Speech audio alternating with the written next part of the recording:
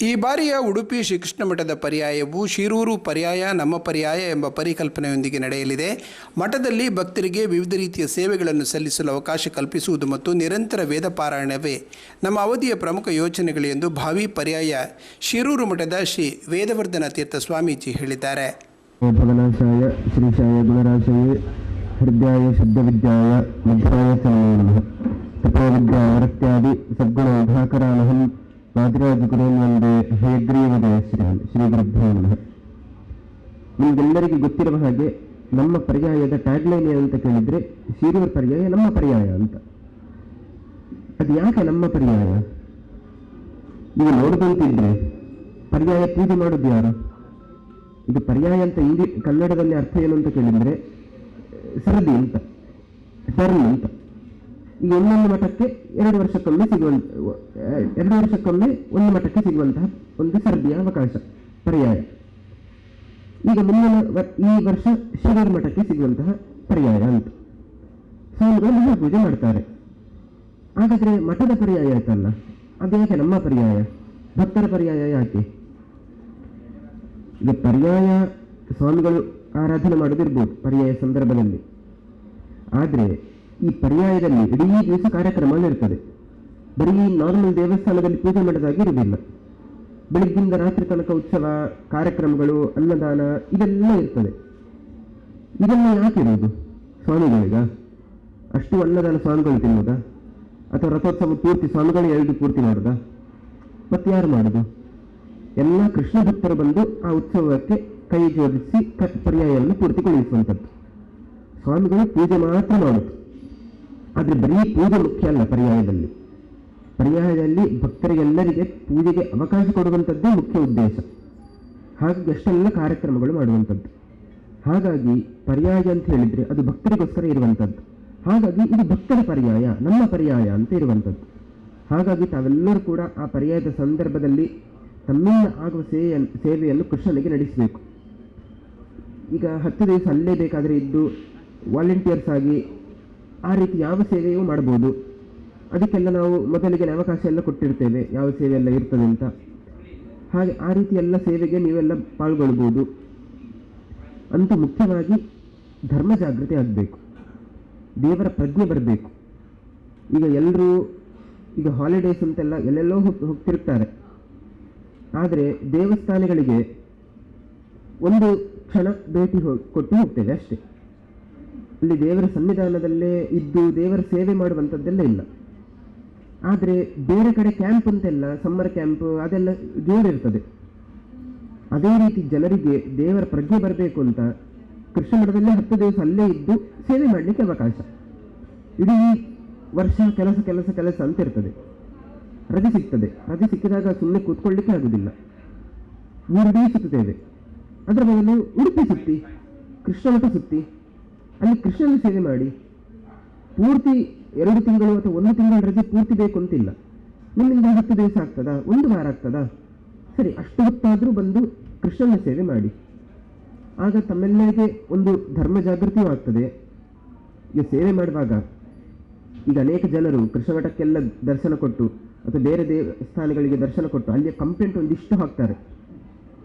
ಅಲ್ಲಿ ಆ ವ್ಯವಸ್ಥೆ ಈ ರೀತಿ, ಇಲ್ಲಿ ಈ ವ್ಯವಸ್ಥೆ, ಇದು ಎಲ್ಲರೂ ಹಾಕ್ತಾರೆ ಬಿಟ್ಟರೆ. ಆದರೆ ಅಲ್ಲಿ ಇರುವಂತಹ ಕಷ್ಟಗಳು, ಅಲ್ಲಿರುವಂತಹ ಒಳ್ಳೆ ವ್ಯವಸ್ಥೆಗಳು ಅದು ಯಾರೂ ಪ್ರಚಾರ ಮಾಡೋದಿಲ್ಲ. ಹಾಗಾಗಿ ತಾವೆಲ್ಲರೂ ಕೂಡ ಅಲ್ಲಿ ಬಂದು ಅಲ್ಲೇ ಸೇವೆ ಮಾಡುವಾಗ ಆಗ ಕೆಟ್ಟ ವಿಚಾರ ಅಲ್ಲ, ಅಲ್ಲಿಯ ಒಳ್ಳೆ ವಿಚಾರವನ್ನು ನೀವು ಗ್ರಹಿಸ್ಬೋದು. ಅಷ್ಟು ಮಾತ್ರ ಅಲ್ಲ, ಅಲ್ಲಿಯ ಪದ್ಧತಿಗಳು ನಮಗೆ ಗೊತ್ತಾಗ್ತದೆ, ಸಂಸ್ಕೃತಿಗಳು ಗೊತ್ತಾಗ್ತದೆ, ಯಾಕೆ ಆ ರೀತಿ ಉಂಟು ಅಂತವೂ ಕಾರಣವೂ ಗೊತ್ತಾಗ್ತದೆ. ಹಾಗಾಗಿ ಎಲ್ಲವೂ ಕೂಡ ಕೃಷ್ಣ ಮಠದಲ್ಲಿ ಸೇವೆ ಮಾಡಿದರೆ ಎಲ್ಲವೂ ನಮಗೆ ದೊರಕುತ್ತದೆ. ಹಾಗೆ ನಾವೆಲ್ಲರೂ ಕೂಡ ಆ ಪರ್ಯಾಯದಲ್ಲಿ ತಮ್ಮಿಂದ ಆಗ ಸೇವೆಯನ್ನು ಕೃಷ್ಣನಿಗೆ ನಡೆಸಬೇಕು. ತನ್ಮೂಲಕ ಕೃಷ್ಣ ವಿಠಲ ಮುಖ್ಯ ಪ್ರಾಣರ ಅನುಗ್ರಹದಿಂದ ಧರ್ಮ ಜಾಗೃತಿ ಆಗಬೇಕು. ನಮ್ಮ ಸಂಸ್ಕೃತಿಯನ್ನು ನಾವು ರಕ್ಷಿಸಬೇಕು. ಶ್ರೀಕೃಷ್ಣ ಅರ್ಪಣಮಸ್ತು. ಬಂದು ಅಲ್ಲಿ ದರ್ಶನ ಮಾಡ್ತಾರೆ, ಇದು ಮಾಡ್ತಾರೆ, ಭಕ್ತಾದಿಗಳು ಬಂದು ಸೇವೆ ಮಾಡೋದಂತಂದ್ರೆ ಯಾವ ರೀತಿಯಿಂದ ಸೇವೆ ಅಂತ ಹೇಳ್ತೀರ ನೀವು? ಅಲ್ಲಿ ಬಂದು ಇದ್ದು ಸೇವೆ ಮಾಡಿ ದರ್ಶನ ತಗೊಳ್ತಾರೆ, ಇದು ಮಾಡ್ತಾರೆ, ಅದೇ. ಯಾವ ರೀತಿಯಿಂದ ಅಂದ್ರೆ ನೀವು ಅಂದ್ರೆ ತೊಡಗಿಸ್ಕೋಬೇಕು ಅಂತ ಹೇಳ್ತೀರಲ್ಲ, ಭಕ್ತಾದಿಗಳು ತೊಡಗಿಸ್ಕೋಬೇಕು ಅಲ್ಲಿ. ಈಗ ಕೃಷ್ಣ ಮಠಕ್ಕೆ ನಾವು ಕೆಲವೊಮ್ಮೆ ಕರೀತೇವೆ ಕೆಲವೊಬ್ಬರನ್ನು, ಆಗ ಕಂಪ್ಲೇಂಟ್ ಹೇಳ್ತಾರೆ ನಾವು ಯಾಕೆ ಬರಬೇಕು, ನಮ್ಮನ್ನು ವಿಚಾರಿಸುವವರು ಯಾರಿಲ್ಲ ಅಂತ, ಚಹಾ ಕಾಪಿಯು ಕೇಳುವವರು ಯಾರಿಲ್ಲ ಅಂತ. ದರ್ಶನಕ್ಕೆ ಬರುವವರು, ಚಹಾ ಕಾಪಿ ಕುಡಿಲಿಕ್ಕೆ ಬರುವುದಲ್ಲ. ಆದರೆ ಅದೆಲ್ಲ ಕೆಲವೊಬ್ಬರಿಗೆ ಅಪೇಕ್ಷೆ ಇರ್ತದೆ. ಅಂದರೆ ಅಪೇಕ್ಷೆ ಚಹಾ ಕಾಪಿ ಬೇಕು ಅಂತಲ್ಲ, ಗುರುತಿಸುವಿಕೆ. ನಾವು ಇಷ್ಟು ದೂರದಿಂದ ಬಂದಿದ್ದೇವೆ, ಯಾರು ನಮ್ಮನ್ನು ಕೇಳುವವರಿಲ್ವಾ ಅಂತ. ಹಾಗಾಗಿ ಅದು ಒಂದು ಸೇವೆನೆ. ಜನರ ಹತ್ರ 10 ಜನ ಅಲ್ಲೇ ಇದ್ದು ಈಗ ಕ್ಯೂ ನಿಲ್ಲಿಸುವಂಥದ್ದು ಮಾಡಿಸ್ಬೋದು, ಅಥವಾ ಬಡಿಸುವಂಥದ್ದು, ಗುಡಿಸುವುದು, ಹೂ ಕಟ್ಟುವುದು. ಅದರ ಜೊತೆಗೆ ಯಾವುದೂ ಮೈಕೈಯೇ ಕೂಡುವುದಿಲ್ಲ, ಇಡೀ ದಿವಸ ಬೇಕಾದರೆ ಮಾತಾಡ್ತಾರೆ, ಅಂಥವ್ರಿಗೂ ಕೂಡ ಸೇವೆನೆ. ಬಂದವರ ಹತ್ರ ವಿಚಾರಣೆ ಮಾಡೋದು ಒಂದು ಸೇವೆ. ಈ ರೀತಿ ತಮ್ಮಿಂದ ಯಾವ ಕೆಲಸ ಆಗ್ತದೆ ಆ ಸೇವೆಯನ್ನು ಮಾಡಲಿಕ್ಕೆ ಅವಕಾಶ ಇರ್ತದೆ.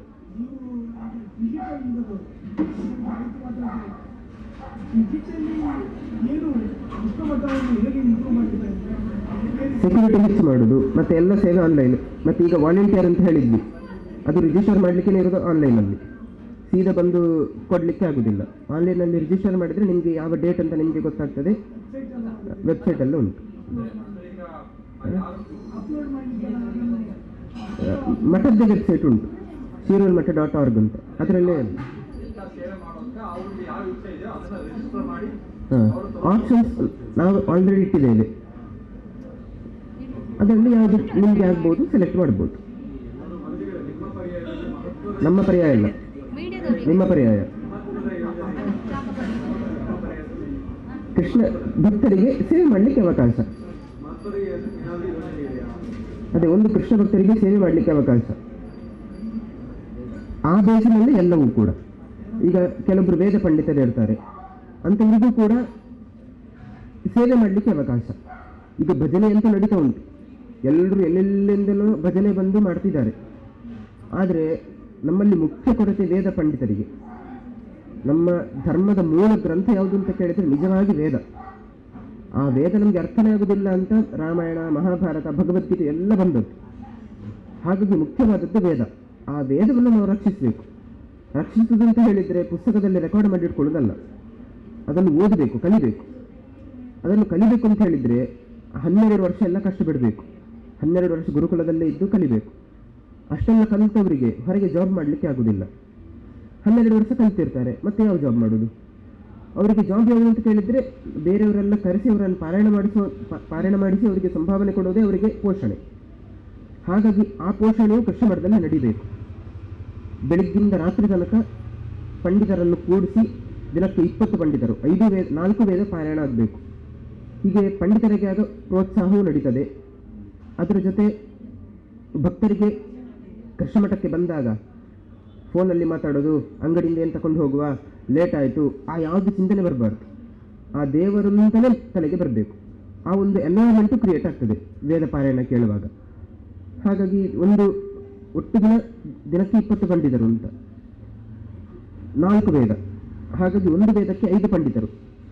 ಅಂದರೆ ಒಬ್ಬೊಬ್ಬರ ಗುಟ್ಟಿನಲ್ಲಿ ಪಾರಾಯಣ ಮಾಡೋದಲ್ಲ, ಒಟ್ಟಾಗಿ ಒಂದೇ ಶ್ರುತಿಯಲ್ಲಿ ಪಾರಾಯಣ ಮಾಡಬೇಕು. ಹಾಗೆ ಒಬ್ಬರಿಗೆ 5,000 ಅಂತೆಲ್ಲ ಇಟ್ಟಿದ್ದೇವೆ. ತರುವಾಗ ಕೃಷ್ಣ ಭಕ್ತರಾಗಿ ತನ್ನಿ ಅಂತ ಹೇಳಿದ್ದಾರೆ. ಹೊರೆಕಾಣಿಕೆ ತರುವುದಾದರೂ ಕೂಡ ಒಂದು ವ್ಯವಸ್ಥಿತವಾಗಿ ಮೊದಲೇ ತಿಳಿಸಬೇಕಾಗತ್ತೆ. ಯಾಕೆ ಕೇಳಿದರೆ ಪೊಲೀಸ್ ಡಿಪಾರ್ಟ್ಮೆಂಟ್ಗಳಿಗೆಲ್ಲ ಅನುಮತಿ ತಗೊಳ್ಬೇಕಾಗತ್ತೆ. ಮೆರವಣಿಗೆ ಇರ್ತದೆ, ಅದು ಕೂಡ ಈ ಕಡೆಯಿಂದ ಬೆಳ್ತಂಗಡಿಯಿಂದ ಹಿಡಿದು ಪುತ್ತೂರಿನಿಂದ ಹಿಡಿದು ಎಲ್ಲ ಕಡೆಯಿಂದ ಹೊರೆಕಾಣಿಕೆ ಬರುತ್ತೆ. ಧರ್ಮಸ್ಥಳ ಮತ್ತು ನವೋದಯ, ಕಟೀಲ್ ಕಡೆಯಿಂದೆಲ್ಲ ಬರುವಾಗ ಒಂದೊಂದು ಟೀಮಲ್ಲಿ 2,000-3,000 ಜನ ಇರ್ತಾರೆ. ಹಾಗಾಗಿ ಆರಕ್ಷಕರಿಗೆ ಮೊದಲೇ ತಿಳಿಸಬೇಕಾಗತ್ತೆ. ಮಾತ್ರ ಅಲ್ಲ, ಸ್ಲಾಟ್ಗಳಿರ್ತವೆ. ಯಾಕೆ ಕೇಳಿದರೆ ಇರುವುದು 6 ದಿನ, 25 ಕಡೆಯಿಂದ ಬಂದರೆ ಆಗ 3 ಗಂಟೆಗೆ ಒಬ್ಬರಿಗೆ, 5 ಗಂಟೆಗೆ ಒಬ್ಬರಿಗೆ, ಅಥವಾ ಮೆರವಣಿಗೆಯಲ್ಲಿ ಒಟ್ಟಿಗೆ ಬರಬೇಕು. ಅದರ ಜೊತೆಗೆ ಟ್ಯಾಬ್ಲೋಗಳು ಇದೆಲ್ಲ ಇರ್ತದೆ. ಹಾಗಾಗಿ ಏನು ಕೇಳಿದರೆ ಮೊದಲೇ ಸ್ವಾಗತ ಸಮಿತಿಗೆ ತಿಳಿಸಿ ಯಾರೆಲ್ಲ ಬರ್ತಾರೆ ಎನ್ನುವಂಥದ್ದನ್ನು ನಾವು ಪೊಲೀಸ್ನವರಿಗೆ ತಿಳಿಸಬೇಕಾಗುತ್ತೆ. ಅದೆಲ್ಲ ತಿಳಿಸಿ ವ್ಯವಸ್ಥೆ ಆದ ನಂತರ ಹೊರೆಕಾಣಿಕೆ ಬರುವ ಒಂದು ಪದ್ಧತಿ. ಆ ಹೊರೆಕಾಣಿಕೆ ಬರುವವರನ್ನು ಕೂಡ ಸ್ವಾಗತ ಮಾಡುವ ಒಂದು ಪದ್ಧತಿ ಇದೆ. ಬಂದ ಕೂಡಲೇ ಅವರಿಗೆ ಸಂಸ್ಕೃತ ಕಾಲೇಜಿನ ಹತ್ರ ಅವರಿಗೆ ಮಾಲೆ ಎಲ್ಲ ಹಾಕಿ ಅವರನ್ನು ಕರ್ಕೊಂಡು ಹೋಗಿ, ಅದಕ್ಕಿಂತ ಮೊದಲು ಕೂಡ ಹೊರೆಕಾಣಿಕೆ ಹಿಡ್ಕೊಂಡು ಬರುವವರಿಗೆ ಉದಾಹರಣೆ ಸಾಮಾನ್ಯವಾಗಿ ಗೋವಿಂದ ಕಲ್ಯಾಣ ಮಂಟಪದಲ್ಲಿ ಗ್ಯಾದರ್ ಆಗ್ತಾರೆ. ಅವರಿಗೆ ಉಪಹಾರ ಇತ್ಯಾದಿಗಳಾಗಬೇಕು. ಹಾಗಾದರೆ ಎಷ್ಟು ಜನರಿಗೆ ಟಿಫಿನ್ ರೆಡಿ ಮಾಡಬೇಕು, ಎಷ್ಟು ಜನ ಬರ್ತಾರೆ, ಅವರಿಗೆ ಹೇಗೆ ಸರ್ವ್ ಮಾಡಬೇಕು, ಎಲ್ಲ ಮಾಹಿತಿಗಳು ಇದ್ದು ಆಮೇಲೆ ಹೊರೆಕಾಣಿಕೆ ಬರುವ ಒಂದು ವ್ಯವಸ್ಥೆ. ಇದನ್ನು ಬೇರೆ ಮತದವರು ಒಬ್ಬರು ನಾವು ತರ್ತೇವೆ ಅಂತ ಹೇಳಿ ನಮ್ಮ ಹತ್ರ ಕೇಳದೆ ಅವರು ಪತ್ರಿಕೆಯಲ್ಲಿ ಹಾಕಿಬಿಟ್ರು. ಹಾಗಾಗಿ ಅದಕ್ಕೆ ಅವರು ಹೇಳಿದ್ರು, ನೀವು ನಮ್ಮ ಹತ್ರ ಪರ್ಮಿಷನ್ ತಗೊಳ್ಬೇಕಿಲ್ಲ, ಮಾಹಿತಿಯನ್ನು ಕೊಡಬೇಕಿತ್ತು. ಬರುವಾಗಲೂ ಕೂಡ ಅಷ್ಟೇ, ನಿಮ್ಮ ಇತರ ಧರ್ಮದವರ ಹಾಗೆ ತರುವುದಲ್ಲ, ನಮ್ಮ ಒಂದು ಹಿಂದೂ ಧರ್ಮದ ಪ್ರಕಾರವಾಗಿ ಕೃಷ್ಣ ಭಕ್ತರಾಗಿ ಬರಬೇಕು, ಏನು 10 ಜನ ಬರುವಾಗ ಅವರೊಟ್ಟಿಗೆ ನೀವು ಬರಬೇಕು ಅಂತ ಈ ವಿಷಯ ಹೇಳಿದ್ದಾರೆ. ಬಿಟ್ಟರೆ ತರಬೇಡಿ ಅಂತ ಇಲ್ಲವೇ ಇಲ್ಲ. ಕೃಷ್ಣ ಭಕ್ತರಿಗೂ ಕೃಷ್ಣನಿಗೂ ಸಂಬಂಧ. ಯಾವ ವಸ್ತುಗಳನ್ನು ನೀವು ಕೊಡಬೇಡಿ ಅಂತ ಹೇಳುವ ಪ್ರಶ್ನೆಯೂ ಇಲ್ಲ.